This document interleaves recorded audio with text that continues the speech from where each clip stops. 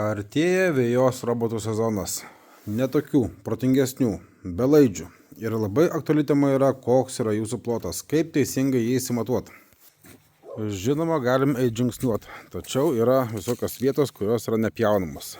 Lygiai taip pat palei kelią yra nepjaunama, kažkur galbūt tujų yra nepjaunama, taip kad geriausias būdas yra kompiuteris. Populiariausios yra dvi platformos, arba Maps.lt, arba Google Map.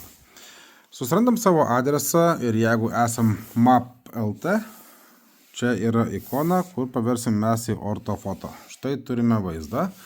Google Maps yra šioje pusėje ikona. Paspaudžiame ant jos ir matome savo sklypą.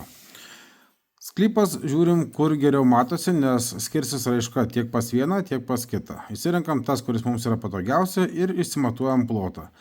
Vesdami plotą apeikite aplink tujas, taip kad būtų ne palei tvorą matuojama, o šalia tujų. Nes vejos robotą mesgi neleisime už tujų. Taip pat galima įsimesti visus plotelius, kurie mums yra neaktualūs. Pavyzdžiui, va šioje vietoje mes matome prūdelį. Tai prūdelį mes nepjausim.